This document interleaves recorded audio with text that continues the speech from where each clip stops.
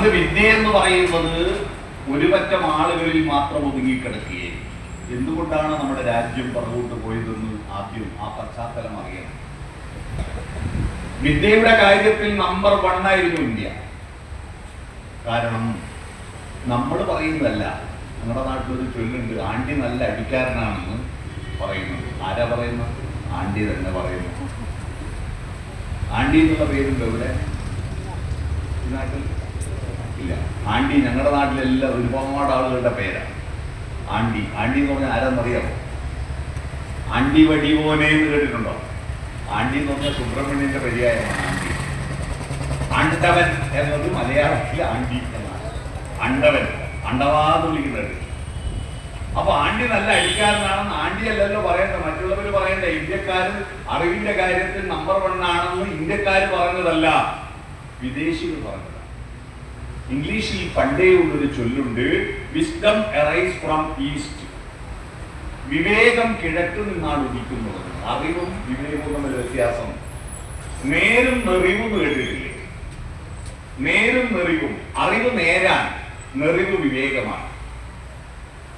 അപ്പോ വിവേകത്തിന്റെ കാര്യത്തിൽ നമ്മളായിരുന്നു ഏറ്റവും കൂടുതൽ മേലെയുള്ളവർ. അതിന്റെ കാരണം അമേരിക്ക എന്ന് പറയുന്ന ഒരു രാജ്യം കൊളംബസ് കണ്ടുപിടിക്കുന്നതിന് 1000 കൊല്ലം മുമ്പ് ഇവിടെ യൂണിവേഴ്സിറ്റി, നളന്ദ, തക്ഷശില സർവകലാശാലകളുണ്ട്. ഇവിടെ ശാരദാപീഠം അറിയാമോ? കർണാടകത്തില് ശാരദാപീഠം എന്ന് പറയുന്ന ഒരു സർവകലാശാലയുണ്ട്. അത് ഉണ്ടാക്കിയത് ശങ്കരാചാര്യരാണ്. പക്ഷെ ഈ ശാരദാപീഠം ഉണ്ടാക്കിയതിന്റെ കഥ ഞാനിപ്പോ കൽഹണന്റെ ഒരു പുസ്തകം വായിച്ചുകൊണ്ടിരിക്കുക. ശാരദാപീഠം ഉണ്ടാക്കിയത് ജമ്മു കാശ്മീരിൽ നളന്ദയുടെയും തക്ഷശിലയുടെയും സമകാലികമായിട്ടൊരു സർവകലാശാല ഉണ്ടായിരുന്നു. അതിന്റെ പേര് ശാരദ എന്നാണ്.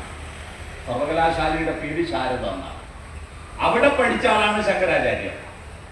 അതാണ് അദ്ദേഹം കർണാടകത്തിൽ ശാരദാപീഠം എന്ന ഒരു പീഠം ഉണ്ടാക്കിയത്. ഇത്രയും അറിവുണ്ടായിരുന്നു. മഹാഭാരതം എന്ന് പറഞ്ഞൊരു കൃതി 1,64,000 ശ്ലോകങ്ങൾ, ഏതാണ്ട് ഒരു 25,000 കഥാപാത്രങ്ങളുണ്ട്. 25,000 ആളെ പേരിടുമെന്ന് പഠിക്കുകയാണ്. ഇന്നിപ്പോ 2 മക്കളുള്ള രക്ഷിതാക്കൾ പോലും മക്കൾക്ക് പേരിടാൻ വേണ്ടി നെറ്റ് തപ്പുന്നു, കണ്ട ആളോടെല്ലാം ചോദിക്കുന്നു 2 മക്കൾക്ക് പേരിടാൻ.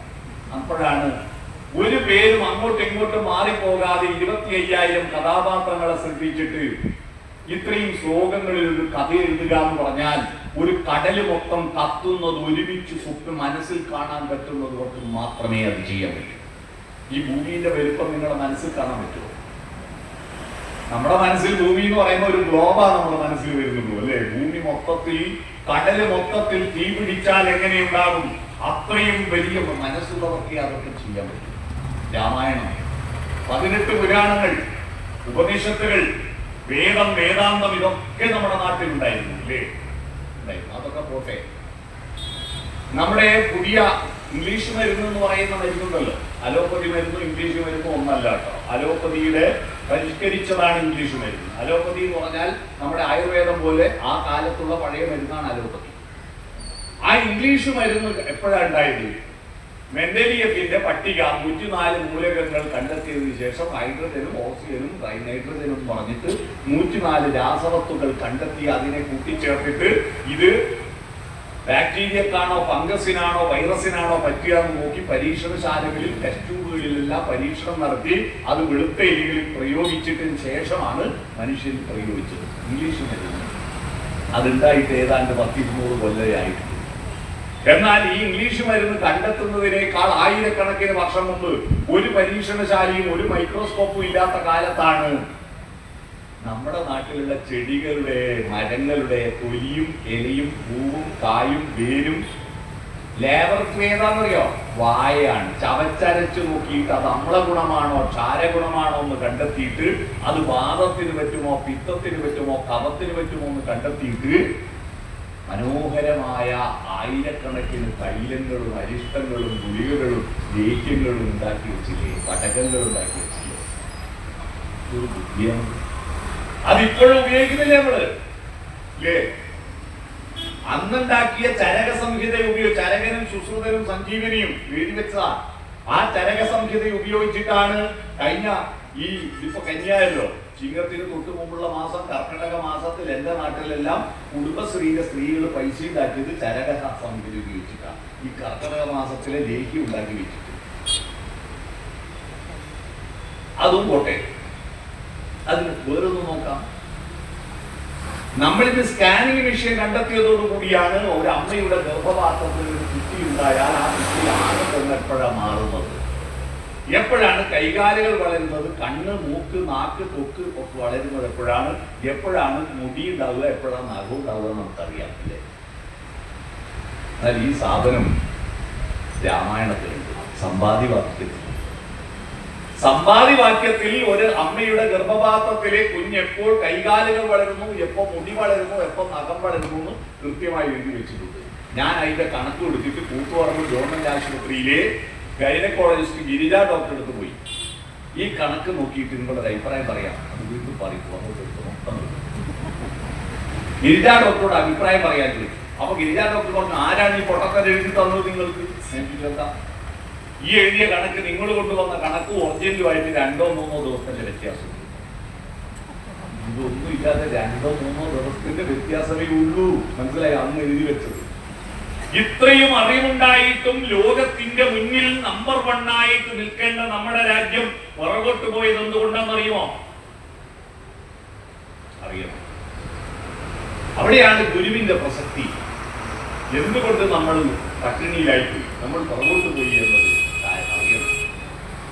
ഈ അറിവുള്ളവൻ കർമ്മപദത്തിലേക്ക് അത് കൊണ്ടുവന്നില്ല, കർമ്മപദത്തിലുള്ളവൻ അത് കൊണ്ടുപോകില്ല. അതാണ് ഗുരുദേവ ദർശനങ്ങളുടെ പ്രസക്തി ആരംഭിക്കുന്നത്. അറിവുള്ളവർ മുറുക്കിത്തുപ്പി വെടി പറഞ്ഞിട്ട് കുമ്പയും കുലുക്കിയിരിക്കും.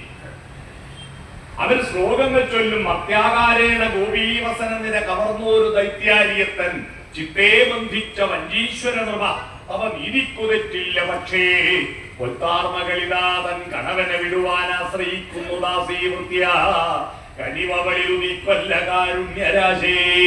ശ്ലോകം ചൊല്ലും. ഈ ശ്ലോകം ചൊല്ലുന്നവരെ ഒരു പണിയെടുക്കില്ല,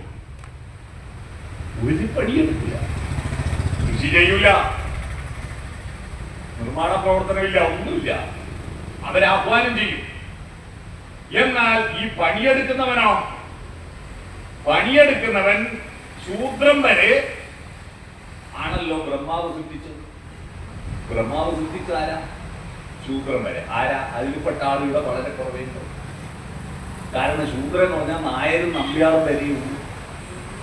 നായരും നമ്പ്യാറും വരെ ശൂദ്രനുള്ളൂ. ആ ശൂദ്രന്മാർക്ക് പോലും അക്ഷരം കൊടുത്തിരുന്നില്ല. മനസ്സിലായോ? ശൂദ്രൻ അക്ഷര സംയുക്ത ദൂരത പരിവർജയേ. അക്ഷരം കേട്ട ശൂദ്രനെ ദൂരെ ഓടിക്കണമെന്നാണ്. അഥവാ അവൻ കേട്ടുപോയിട്ടുണ്ടെങ്കിൽ അവന്റെ ചെവിയിൽ ഈയം ഒരുക്കി ഒഴിക്കണമെന്ന് എഴുതി വെച്ചതാണ് നമ്മളതാണ്. ശൂദ്രൻ കഴിച്ച് ബാക്കിയുള്ള മനുഷ്യന്റെ കാര്യം പിന്നെ പറയണം. ഈ ബ്രഹ്മാവ് കാലിന്റെ അടിയിൽ നിന്ന് സൃഷ്ടിച്ച ശൂദ്രൻ, മുഖത്തുനിന്ന് സൃഷ്ടിച്ച ബ്രാഹ്മണൻ, കയ്യിൽ നിന്ന് സൃഷ്ടിച്ച ക്ഷത്രിയൻ, തൊടേമെന്ന് സൃഷ്ടിച്ചത് വൈശ്യൻ, കാലിന്റെ അടിയിൽ നിന്ന് സൃഷ്ടിച്ചത് ശൂദ്രൻ. ഈ കഥ എന്റെ നാട്ടിലൊരു മാഷ് കഥ പറഞ്ഞു കൊടുത്തിട്ട് ഒരു പയ്യൻ ഒരു സംശയം ചോദിച്ചിട്ട് അവന്റെ സ്കൂളിൽ നിന്ന് പുറത്താക്കി വലിയ പ്രശ്നം ഉണ്ടാക്കി. ഒരു പയ്യൻ ഒരു സംശയം ചോദിച്ചു, മാഷേ ബ്രഹ്മാവിന്റെ ഭാര്യയല്ലേ സരസ്വതി? അതെ. പിന്നെ അവർക്കെന്തായിരുന്നു ജോലി ഉണ്ടാക്കി? അയാളെ പുറത്താക്കി മാഷ്. മനസ്സിലായി? ഈ ശൂദ്രനെ നയിച്ചിട്ടുള്ള ഈഴവരും ഞങ്ങളുടെ നാട്ടിലെ തീയരും അല്ലേ, തീയരും വാണിയരും കൊലേരും പണിയരും കുറിച്ചരും ഒക്കെ ആർക്കുണ്ടായി? അവനെ ആര് സൃഷ്ടിച്ചു എന്ന ചോദ്യത്തിന് ഉത്തരം തന്നത് തമിഴ്നാട്ടുകാരിലെ നവോത്ഥാന നായകനായ CV രാമസ്വാമി നായ്ക്കരാ. അദ്ദേഹം പറഞ്ഞത് ബാക്കിയുള്ളവരല്ല അവനവന്റെ തന്തക്കുണ്ടായിരുന്നു. അങ്ങനെയാണ് അദ്ദേഹത്തെ തന്തൈ പെരിയോർ എന്ന് വിളിച്ചത് അല്ലെ. തന്തൈ പെരിയോർ എന്ന് അങ്ങനെ അറിയപ്പെടുന്നത്. എന്ന് പറഞ്ഞാൽ പണിയെടുക്കുന്നവർക്ക് അറിവ് കൊടുത്തില്ല, അറിവ് കൊടുത്തവർക്ക് അറിവുള്ളവർ പണിയെടുത്തില്ല. ഇതിനെ കൂട്ടിച്ചേർത്തു എന്നതാണ് ശ്രീനാരായണ ഗുരു ഈ സമൂഹത്തിന് ചെയ്ത ഏറ്റവും വലിയ. പണിയെടുക്കുന്നവന് അറിവ് കൊടുത്തു,